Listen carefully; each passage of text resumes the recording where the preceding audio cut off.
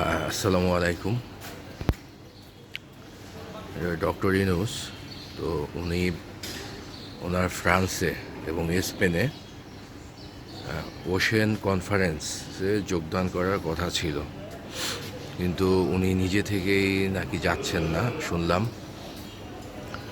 তো যতটুকু শোনা যাচ্ছে, ফ্রান্সের প্রেসিডেন্টের সাথে উনি একটা মিটিং চাচ্ছিলেন, একটা বৈঠক চাচ্ছিলেন, কিন্তু ফ্রান্সের প্রেসিডেন্ট সেই বিষয়টা এড়িয়ে গেছে। ওনাকে সেই সময়টা দেওয়া হয় নাই। কোনো মিটিংয়ের শিডিউল না থাকার কারণেই মূলত ডক্টর ইউনূস ফ্রান্সে এই ওশেন সম্মেলনে যাচ্ছে না।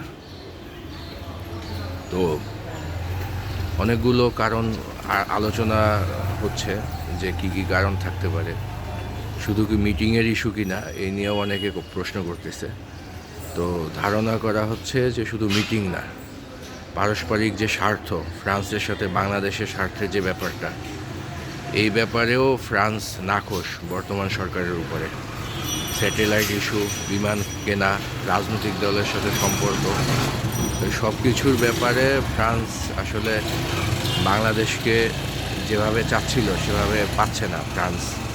ফ্রান্সের আসলে প্রত্যাশা ছিল যে তারা টেকনোলজিক্যাল খাতে এবং বিমানে তারা ইনভেস্ট করবে, কিন্তু সেইটা ডক্টর ইউনূস আসলে আমেরিকা কেন্দ্রিক চিন্তা করতেছে।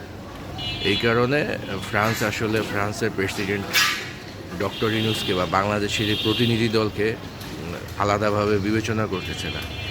তো ফ্রান্সে গেলে উনি আরও অনেক অপ্রত্যাশিত অপমানের মুখোমুখি হতে পারেন। যেমন ওখানে কিছু লোক আছে যারা বিক্ষোভ করতে পারে। তো এই সরকারের উপরে মানুষ যে বিক্ষুব্ধ, এই ব্যাপারটা আসলে ক্রমশ বাড়তেছে। আবারও কেউ ধারণা করতেছে যে আগামী মাসের 9 তারিখ থেকে 13 তারিখ পর্যন্ত যে এই সম্মেলনটা হবে, কনফারেন্সটা হবে, তো ওই সময়ে দেশের রাজনৈতিক পরিস্থিতি, যদিও ছুটি থাকবে, ঈদের ছুটি, তো আগামী মাস থেকে রাজনৈতিক পরিস্থিতি বেশ জটিলতা ধারণ করতে পারে। অস্থির সময় আসতেছে বাংলাদেশের রাজনীতিতে সামনের দিনগুলোতে।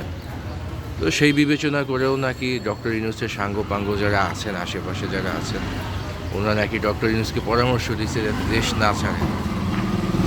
দেশে থাকলে ক্ষমতা দীর্ঘায়িত হওয়ার সম্ভাবনা বেশি থাকবে, এমনটাও শোনা যাচ্ছে। তো এখন আসলে কি কারণে এইটা বাতিল হয়েছে, এইটা অত ক্লিয়ার না। তবে এটা একটা ইউনূসের ব্যর্থতাও বলা চলে।